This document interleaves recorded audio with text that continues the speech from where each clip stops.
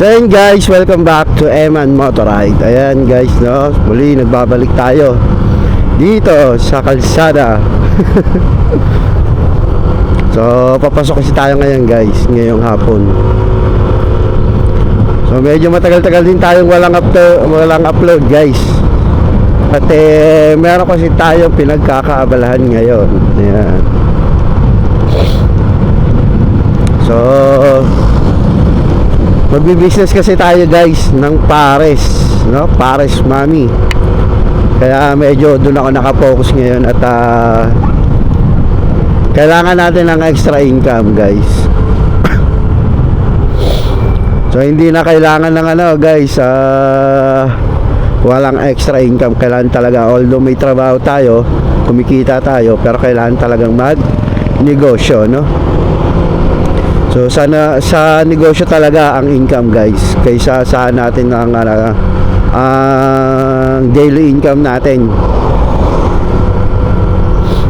So kailangan talaga meron tayong bukod tangi na pinagkakakitaan kahit mawalan tayo ng duty. So at least meron pa rin tayong backup, no?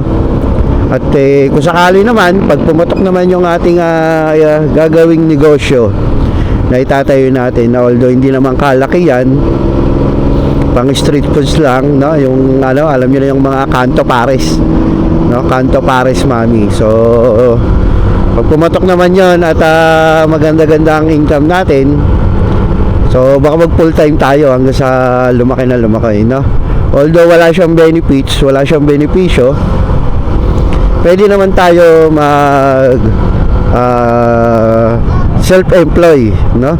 Pwede tayo mag self-employ para matuloy lang yung ating benepisyo at para pag nag-retire tayo meron pa rin tayong maaasahan na kita. So although yun yung pension, no? So yan, although tuloy-tuloy yung ating income kahit umabot tayo ng 60 at kaya pa naman natin, no? Hindi mawawala yung negosyo natin ngayon, basta tuloy-tuloy lang, no?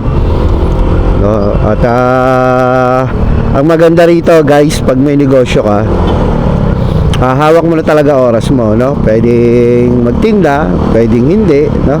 Nasa sayo, no? Pero syempre business nga, kaya kailangan ng kailangan tuloy-tuloy.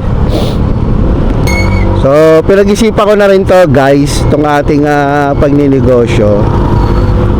Alam mo anong una, mag-show-me rice ako no? Yun yung una kong tawag ito. Yun yung una kong plano. Pero habang tumatagal, naisip ko mas okay ata yung Kanto Pares Mami. Yan. So maliit ang cost kaysa sa siomai, pero mas malaki ang kita, no, sa Kanto Pares kaysa sa siomai. Yan. O, talaga pinag-isipan ko yan guys. At yun nga, bumili nga ako ng rolling food cart. So pang siomai pang siomai yan nabili natin. Kaya ang gagawin natin guys,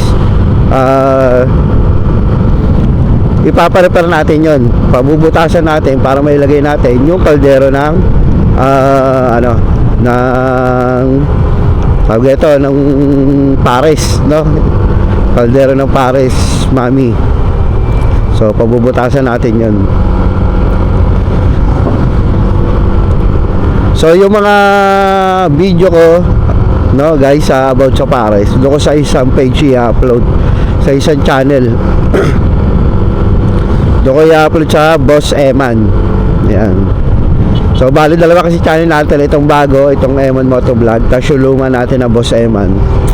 So doon ko na siya ilalagay yung mga video natin about sa pares, sa business natin.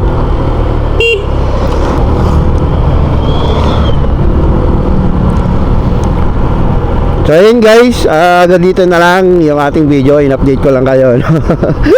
Napakwento lang ako ng wala sa oras. So ayan, yung ating pinagkakabalahan, no? Wala tayong masyadong upload. or ilang days na tayo walang upload dahil sa pinagkakaabala natin. Dahil sa magtatayo tayo ng negosyo. Kanto Paris Mami. Yan. Doon tayo nakapokus ngayon. So yun ngayon sa mga hindi pa nakakapag-subscribe, no, dito sa ating channel, pa-click naman ng ating at napansin ko sa ating channel halos nasa 90% ay hindi pa nakakapag-subscribe, no. So ayan guys, at hanggang sa muling video natin kung ano magiging susunod nating video, no. At yung sa channel ko, Boss Eman, doon tayo mag-upload ng ating video about sa mga pares at mami. Syempre iba yung content natin dito, iba yung content natin doon. So dito kasi Eman Motorized, syempre motorized lang tayo dito, diba? Ayan, at ingat kayo palagi. God bless.